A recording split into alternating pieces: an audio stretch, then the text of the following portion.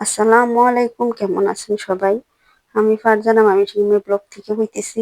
তো আজকে নতুন একটা ব্লগ আইয়া পড়ছি আপনাদের মাঝে। তো আজকে গেছিলাম ওয়ালটন প্লাজায়, একটা ওয়ালটন থেকে একটা ল্যাপটপ নিলাম। আমার জামাইয়ের খুবই দরকার ছিল ল্যাপটপটা, অফিসের কাজ করতে অনেক দিন যাবত অনেক কষ্ট হইতেছে।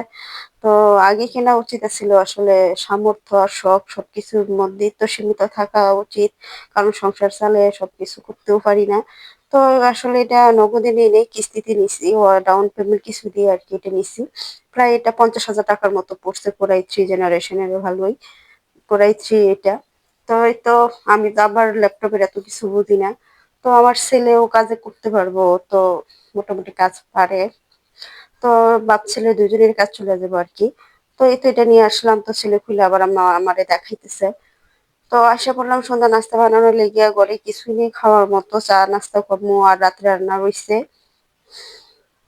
তো বিয়ের বাড়ি তো, পাশের বাসায় বিয়ে হইতেছে, তো আমারও খুব ভালো লাগতেছে, আনন্দ লাগতেছে।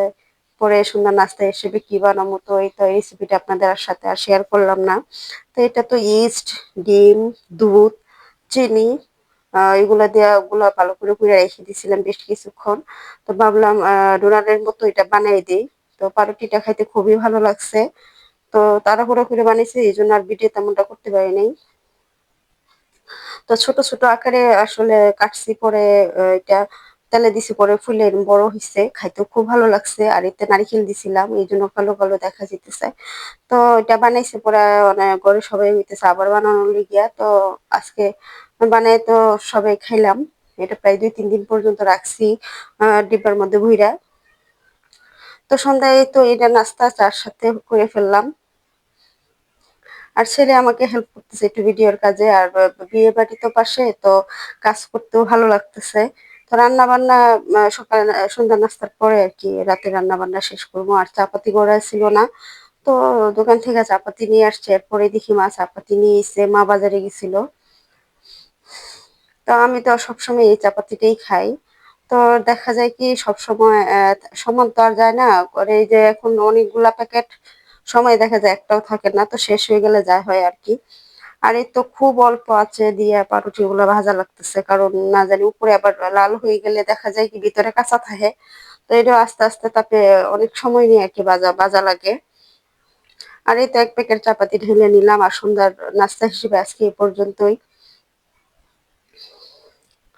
তো রাতে রান্না বান্নার দেখাবো না। আর ল্যাপটপটার বিষয়ে কি বলবো, ল্যাপটপটা না কিনে পারলাম না, ভাবছিলাম কোম্পানি থেকে দিব, যে অফিসে চাকরি করে কোম্পানিতে চাকরি করে সবাই কোম্পানি থেকেই পাইছে, কিন্তু আমার হাজবেন্ডের কপালটাই খারাপ।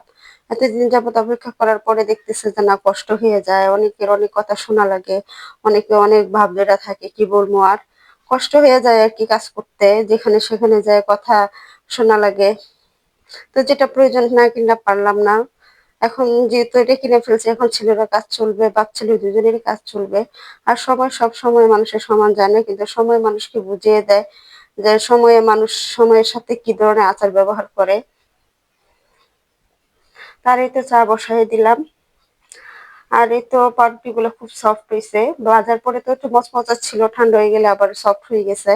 তো উম, আমার ছেলেকে দিছি, ও 2টা খাইছে। আর ওর ছেলের বাবা 7-8টা খেয়ে ফেলছে, আর বাকিগুলো এখন ডিব্বা করে রেখে দিব। আর চা নাস্তার সাথে আমি 2টা খেয়ে নিছি। তো আজকে এই পর্যন্ত, ভালো থাকবেন সবাই, সবার সুস্থতা কামনা করে এখানেই শেষ করছি। আল্লাহ হাফেজ, আসসালামু আলাইকুম।